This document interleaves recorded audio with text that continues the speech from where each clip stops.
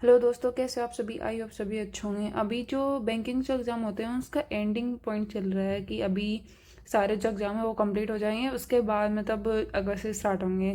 तो अभी सभी लोग प्रिपरेशन पे हैं कि हमारा सिलेक्शन हो जाए इस ईयर।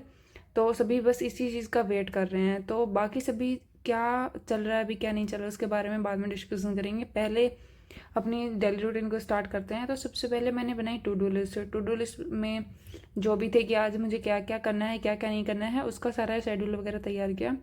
और सबसे पहले मैंने जीके का रिवीजन रखा था जनवरी मंथ का। तो मैंने सोचा कि पहले उसी से स्टार्ट कर देते हैं कि ताकि अभी ये है जनवरी, फरवरी और नवंबर और दिसंबर, ये चार हैं जो कि एसबीआई क्लर्क में मोस्ट इम्पोर्टेंट हैं अभी। इनसे मतलब मोस्ट ऑफ क्वेश्चन इनसे से बनेंगे। मार्च का ये है कि बाद में हम थोड़ा सा उसको टाइम देंगे, लेकिन सबसे ज़्यादा हमें चार इन्हीं मंथ पे कंसंट्रेट करना है क्योंकि इससे सबसे ज़्यादा क्वेश्चन इन्हीं 4 मंथ से बनने वाले हैं। उसके अलावा मार्च से भी क्वेश्चन बनेंगे पर उसमें कम चांसेस है कि उससे क्वेश्चन बनेंगे, इसलिए मैंने जनवरी मंथ का रिवीजन करना स्टार्ट कर दिया। उसके अलावा मैंने मार्च की जो डेली करंट अफेयर की क्लास होती हैं वो भी देखती हूँ, उससे कि थोड़ा मतलब उसका भी याद रहे कि एक आध क्वेश्चन से बनेंगे। फिर भाई लेके आया था आज कोल्ड ड्रिंक, तो पीडीएफ को रिवीजन करते करते मैंने वो कोल्ड ड्रिंक पी। उसके बाद मैंने देखना स्टार्ट किया द हिंदू, क्योंकि इंग्लिश में जो सेक्शन आता है आरसी वाला, उसके लिए द हिंदू थोड़ा सा मेरे को देखना इंपॉर्टेंट है कि थोड़ा सा रीडिंग पे मुझे काम करना है क्योंकि मैं टाइमली रीड नहीं कर पाती हूँ। तो सबसे पहले सर ने जो बताया कि हाँ भैया आज आर्टिकल आए हुए हैं वो वगैरह देखा। उसके बाद सर ने जो वॉकअप करवाई थी, तो मैं कभी भी मतलब नोट डाउन नहीं करती क्योंकि बहुत टाइम लग जाता है उसे, और उसमें मैं बाद में रिवीजन नहीं कर पाती, मुझे थोड़ा सा बोरिंग लगती है वो चीज़। इसलिए मैं क्या करती हूँ, जब सर पढ़ाते हैं ना उसी टाइम पे उसको मतलब 2-4 बार लिख लेती हूँ, तो मुझे थोड़ा रिकॉल हो जाता है कि मैं जब पैसेज पढ़ूंगी तो मुझे वो सारी वोकैब वगैरह मुझे दोबारा से उसमें देखने को मिलेंगी, तो मुझे याद आ जाए कि हाँ मैंने इसका मीन ये पढ़ा था, उसके एंटोनिम सिनोनिम ये थे और यहाँ पे इस चीज़ में ये यूज हो रहा है। तो सबसे बेनिफिट वाला चीज़ ये हो जाता है, उसका रिविजन हो जाता है। और सेंटेंस यूजेस वोकैब वगैरह हैं वो ज़्यादा जल्दी याद होती हैं, है ना कि हम उसका मल्टीपल रिवीजन करेंगे। हाँ, रिवीजन से ये होता है कि हमें थोड़ा वोकेबलरी पे वो हो जाता है, लेकिन अगर हम सेंटेंस के साथ उसे यूज़ करेंगे तो हम ज़्यादा उसका वो टाइम तक, लॉन्ग टाइम तक उस चीज़ को याद रख पाएंगे। वरना वोकेब क्या होता है, अगर बाद में रिवीजन नहीं किया तो हम उसको भूल जाते हैं कि हाँ ये याद तो है पर मैंने कहाँ पढ़ा था, सेंटेंस यूज में भी हमें याद नहीं आता।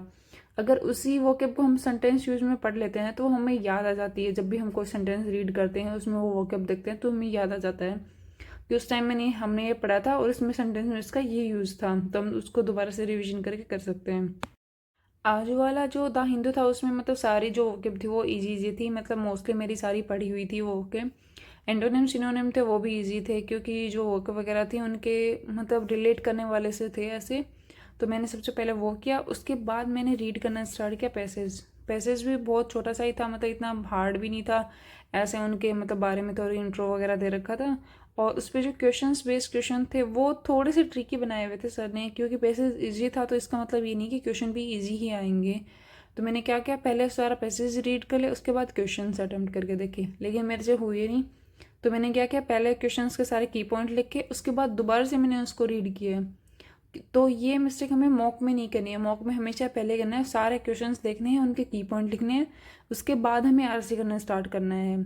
ये मैंने इसमें मिस्टेक की, तो मुझे ध्यान रखना है कि हाँ मुझे मॉक में ये सब चीज़ नहीं करनी और मेन पेपर में भी मुझे ये चीज़ ध्यान रखनी है। इसलिए क्वेश्चंस को पहले करो, उसके बाद आर्टिकल पढ़ो। उसके बाद मैंने जो पहले एक मॉक लगाया था मैथ्स का, उसमें जो क्वेश्चंस मेरे से नहीं बने थे या गलत हो गए थे वो सारे क्वेश्चंस मैंने अटैम्प्ट किए थे। इसमें अरुण से क्लास करने के बाद मतलब काफ़ी सारे क्वेश्चंस मैंने अटेम्प्ट कर लिए, उसमें टाइम भी कम लगा। एक जो कैसलेट डी आई थी ना वो नहीं बन रही थी, तो मैंने सोचा कि बाद में जब भी मुझे टाइम मिलेगा तो मैं कैसलेट डी आई का सेशन लगा लूँगी ताकि मुझे थोड़ा उसमें आइडिया हो जाए कि मुझे कैसे अटेम्प्ट करनी है। और कैसलेट डी आई में सबसे ज़्यादा यही होता है कि हमें पता ही नहीं चलता कि हमें वो कहाँ से स्टार्ट करनी है, कौन कौन से पॉइंट हमें पिकअप करने हैं उससे। उसके बाद मैंने देखी एक मैथ की क्लास थी अरुण सुल की डी आई की, वो थी वेरिएबल बेस्ड थी, वो करनी थी। तो अभी मतलब सर ने ये बताया, उसके बेसिक वगैरह बताया, उसके बाद सर ने बताया कि मतलब अभी सबसे ज़्यादा यही चल रहा है कि मतलब कब होगा, लास्ट का एंड आ गया है, जो एग्ज़ाम हो गए थे सारे कंप्लीट हो गए, तो एसबीआई क्लर्क का होने के बाद में हमें किस चीज़ की तैयारी करनी है।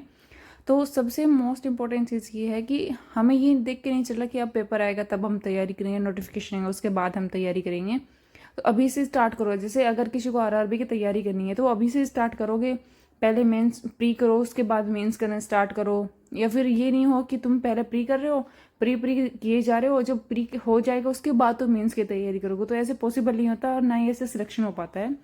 तो अभी से प्री और मेंस दोनों को साथ लेके चलो और ऐसे अटेम्प्ट करो। और अभी जो एसबीआई कलर का चल रहा है ना, उसी का सब लोग वेट करें कि कब कलर का रिजल्ट आएगा, कब हमारा सिलेक्शन होगा। गुड लक सभी को। Thank you for watching.